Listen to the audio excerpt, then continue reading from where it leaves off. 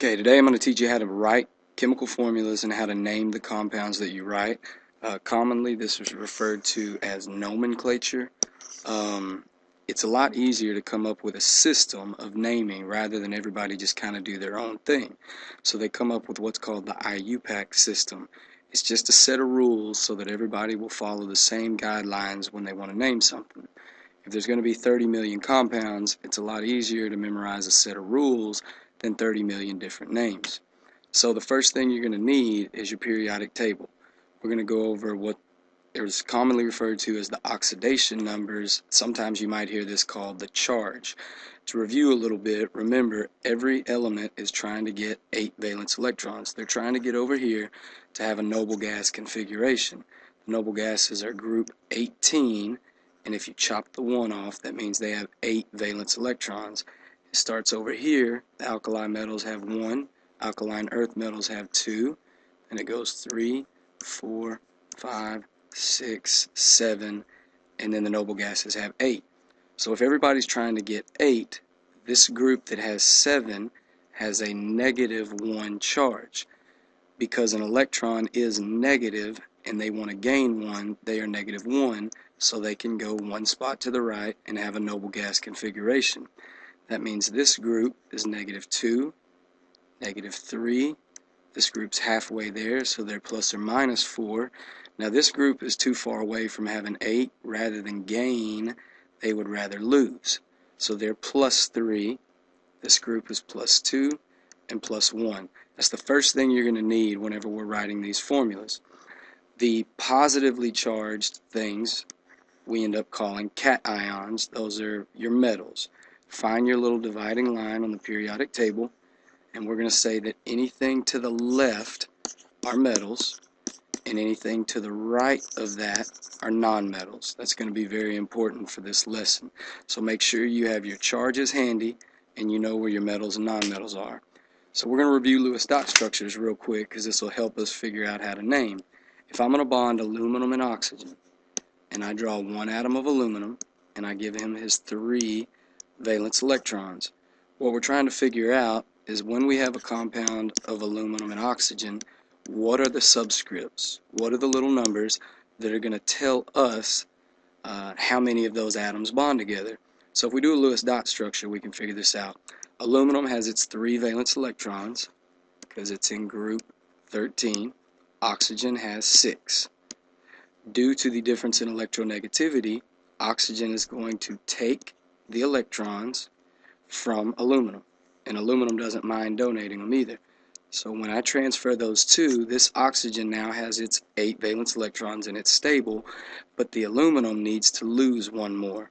So I need to draw another oxygen, and I give him his 6 valence electrons. When this aluminum donates 1 to oxygen, it now makes the aluminum stable, but the oxygen needs 1 more valence electron. So we draw another aluminum with his 3 valence electrons. He donates 1 to the oxygen, making him stable. But now the aluminum needs to lose 2 more. So we draw 1 more oxygen. And there becomes this point in which a certain number of aluminums make a certain number of oxygens stable. And at this point right here, we have 2 aluminums making 3 oxygens stable. Now that was a long process to come about and get that, and there's an easier way. If you will find aluminum on the periodic table and write his charge, which is plus 3, and find oxygen and write his charge, which is minus 2. If you will crisscross the numbers, then you have the formula. Now, we don't want to keep these charges up there, so commonly you clean it up and you put Al2O3. This is an ionic bond. This is a metal. Aluminums are metal, and oxygen is our nonmetal. There is only one way for them to bond, and it's 2 aluminums and 3 oxygens. Now over here, carbon and oxygen are both nonmetals, so they're going to share their electrons. That's going to be a different type of bond than the aluminum and the oxygen. Due to their similar electronegativity, one is not going to take from the other. So you might end up having 1 carbon and 1 oxygen. You might end up having And these aren't going to be perfect Lewis dot structures, but you might end up having 1 carbon and 2 oxygens. You might end up having 1 carbon, and I'm not sure where the double bonds and where the singles are, but you have more options now. You have several different ways carbon and oxygen can get together. We can't name that the same as we do ionic, so there's a different process for that. So we're going to start with what's called binary, means 2 elements. Ionic means metal and nonmetal. To write these formulas, we want to write the elements, write their charges, crisscross their charges to get an overall net charge of 0. That means no electrons are going to be left over. Nobody's trying to give up any, nobody's trying to gain any. So calcium chloride, you would find calcium. He is in group 2, so he wants to lose 2 valence electrons. And you'd find chlorine. He's in group 17, he needs 1. Once you write the symbols and the charges, you crisscross your charges. Now you're just going to take the number, not the actual charge. When you crisscross your numbers, you have made a net charge of 0. That means overall nobody's looking to lose or gain electrons. So sodium phosphide. Sodium is +1. Phosphide comes from phosphorus. He's -3. Once you crisscross your charges, it's Na3P. Aluminum oxide. Aluminum's +3. Oxygen's -2.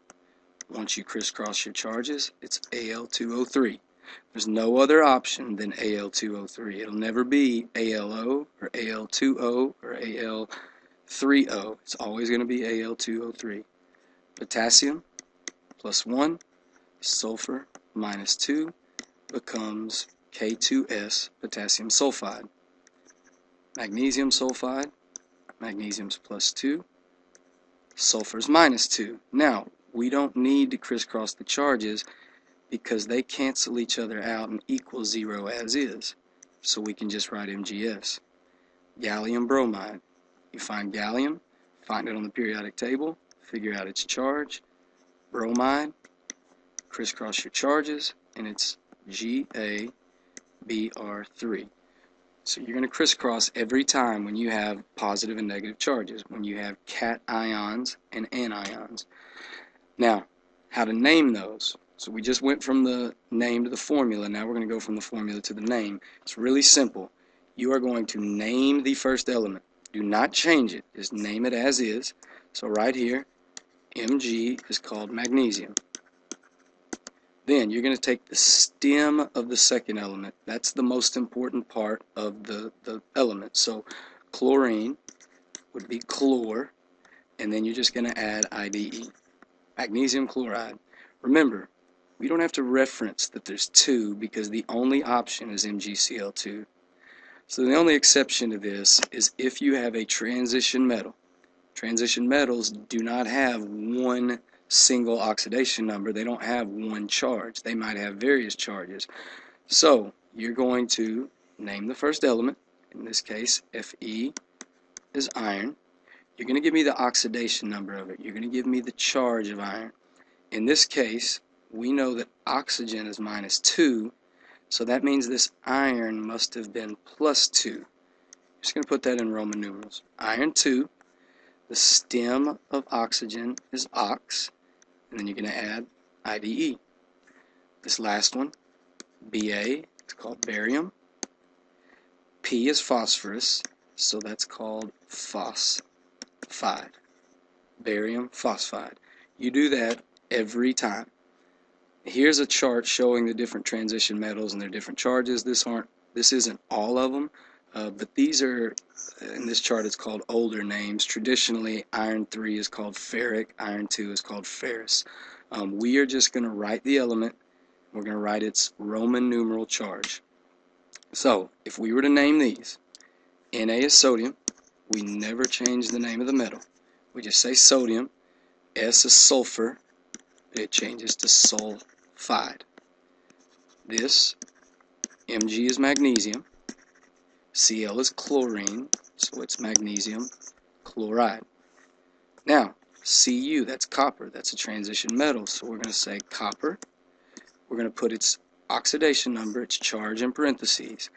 Since sulfur is -2, To make a net charge of 0, copper must have been plus 2. So we say copper 2 sulfide. Aluminum is not a transition metal, so I'm not going to have to give its charge, but I say aluminum oxide. Fe is iron. That's a transition metal. So this iron, that 3, came from iron's charge.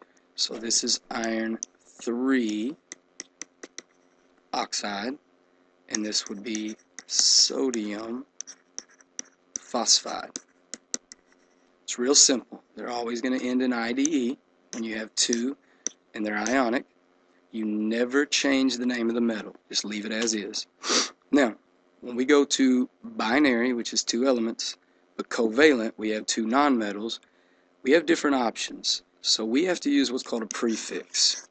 You might have C with 1 O. You might have C with 2 O's. We can't name both of these carbon oxide. We wouldn't know if it was carbon with 1 or carbon with 2 oxygens. So here's the rule. You're going to use your prefix, and you're going to name the first element. The only exception is if there's only one of the first element, you don't have to use a prefix. Then you use a prefix, the stem of the second element, just like ionic, and add IDE. So 2 hydrogens, my prefix is di. I name the first element hydrogen. For my second element, the prefix again is di. The stem of oxygen is ox, and then I add IDE. These prefixes over here you need to have memorized. You won't be given those. So, down here, 2 phosphorus. Say di to give me the 2. I name the first element, di phosphorus. I gotta have a prefix for the 3. Tri. The stem of chlorine is, oh, it's not chlorine, sorry, it's oxygen. The stem of oxygen is ox, and then you add IDE. Now we only have one of the first element. You don't have to say monocarbon. If there's only one of the first element, you just name it, carbon. But now I got to provide a prefix for the second one. Mono meaning 1. Monoxide. So carbon monoxide. Now that's how to name them. So these over here, I'm not going to write it out, but this one would be sulfur. There's just one, so I name it. The 3 would be trioxide, sulfur trioxide. S2, well, I would have to say disulfur, and then the 2 would be dichloride. This would be carbon, there's just one, tetrachloride. Nitrogen, there's just one, dioxide. Iodine, there's just one, so it's iodine.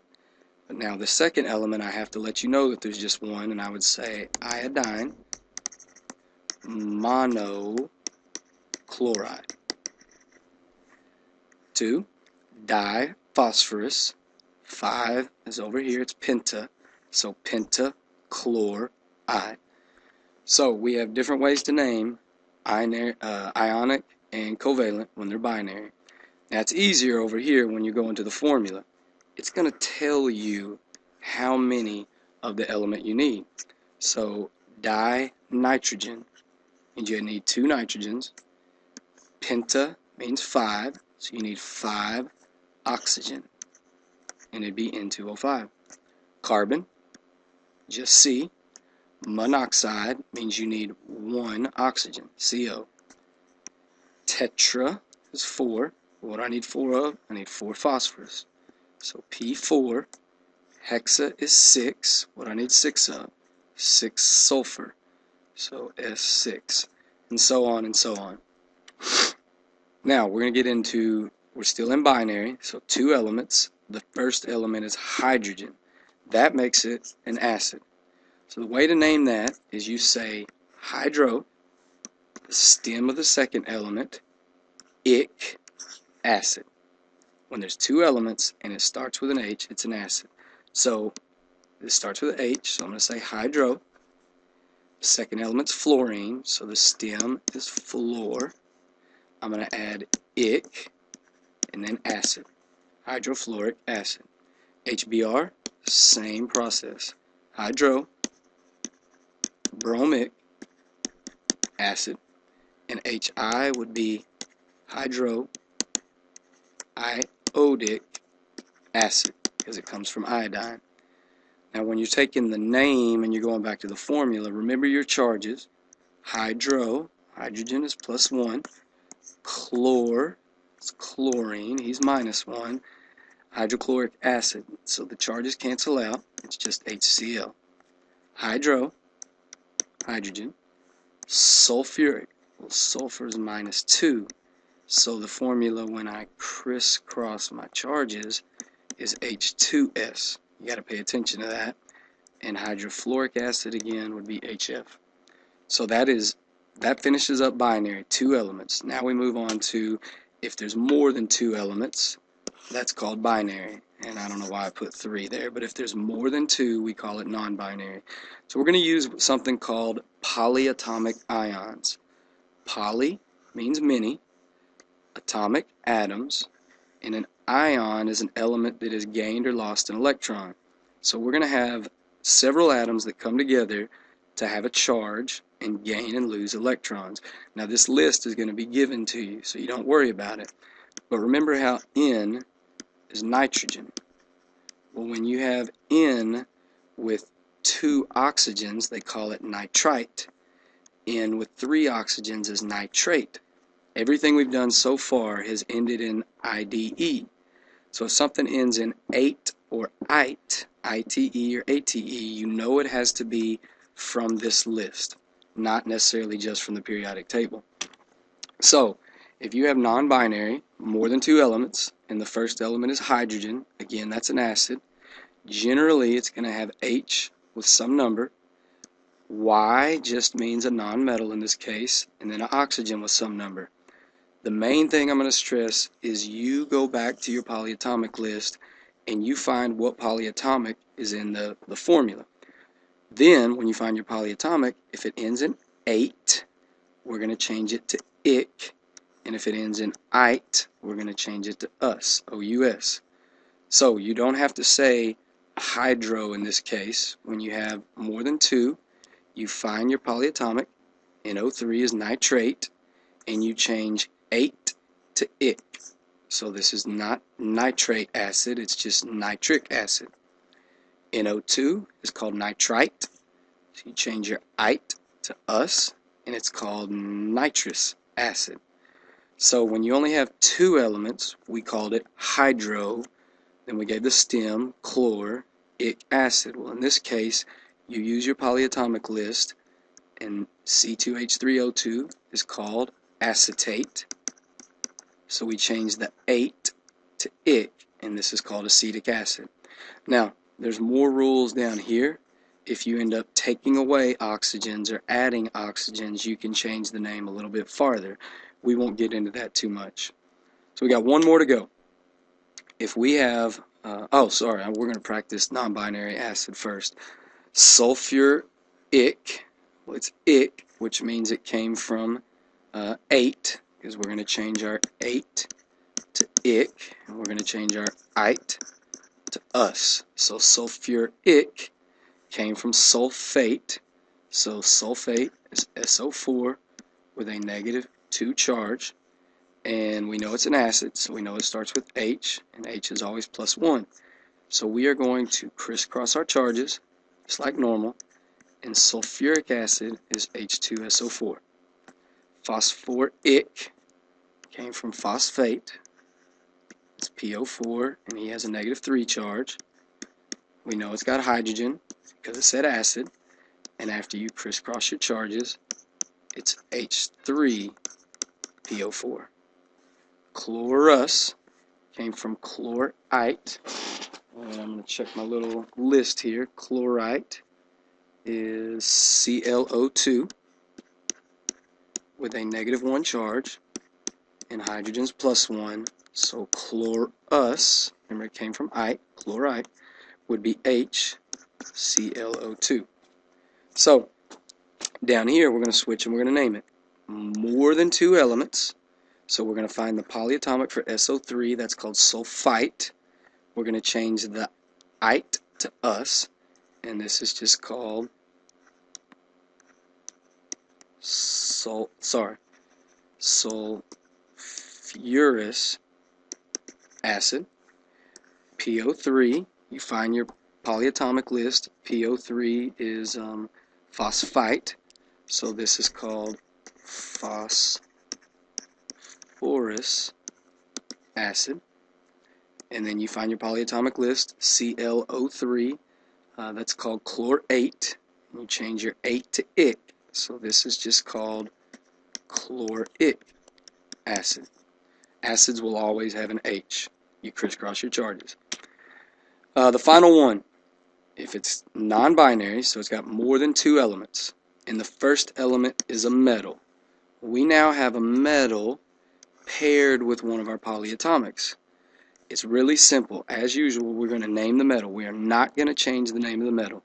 So we're going to name the metal. In this case, it is sodium.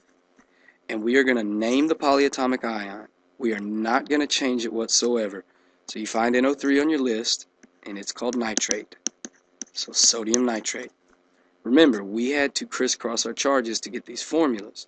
So there's no other way that Na, who's +1, and NO3, who is -1, there's no other way they can come together other than 1 and 1. So we don't have to use a prefix. Now, we're going to name the metal, K2. K is called potassium. We're going to find this on our polyatomic list. Cr2O7 is called dichromate. Now NH4, that's on our polyatomic list, so this is kind of an exception. It is called ammonium. And SO4 is on your polyatomic list, called sulfate. So the question is, why do we have a 2 there? Well, that 2 came from SO4's charge, which is -2. NH4 is +1. So we only need 1 SO4, but we need 2 NH4s to make it happy. Ammonium sulfate. Name the metal. Al is aluminum. C2H3O2 is called acetate. And where did that 3 come from? That came from aluminum's charge. Now we have Fe. Ooh, that's iron. That's a transition metal, so I have to put his charge in parentheses. 2, that 2 came from iron's charge, so it's iron 2 acetate. And finally, we're going to name Mg. It's called magnesium. And NO3 is off my list. It's called nitrate. Now notice, none of these ended in IDE, but there are a couple polyatomics on your list that end in IDE. So, if it ends in ate or ite, it is off your polyatomic list. If it ends in IDE, it's off the periodic table, or possibly could be off your polyatomic list. Finally, writing the formulas. When you have more than 2 elements and not an H, so it's not an acid, we are going to write the formula for sodium phosphate. So let's consider sodium as Na +1. We go to our list. We know it ends in 8, so it's off our polyatomic list. PO4, and that has a -3 charge. So we're going to bring our 3 to the Na, and we only need 1 PO4, so it's Na3 PO4. Magnesium is +2. It ends in 8, so it's off my polyatomic list. Nitrate, I got to write its charge, and now I need 2 nitrates. Now don't make the mistake and say MgNO32.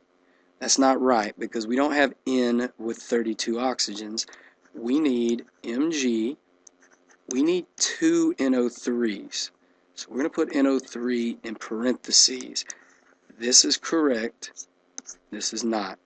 Finally, aluminum, +3. Acetate, it ends in 8, so it's off my polyatomic list. C2H3O2, that's -1. So I bring my 3 to the end, and I need 1 aluminum.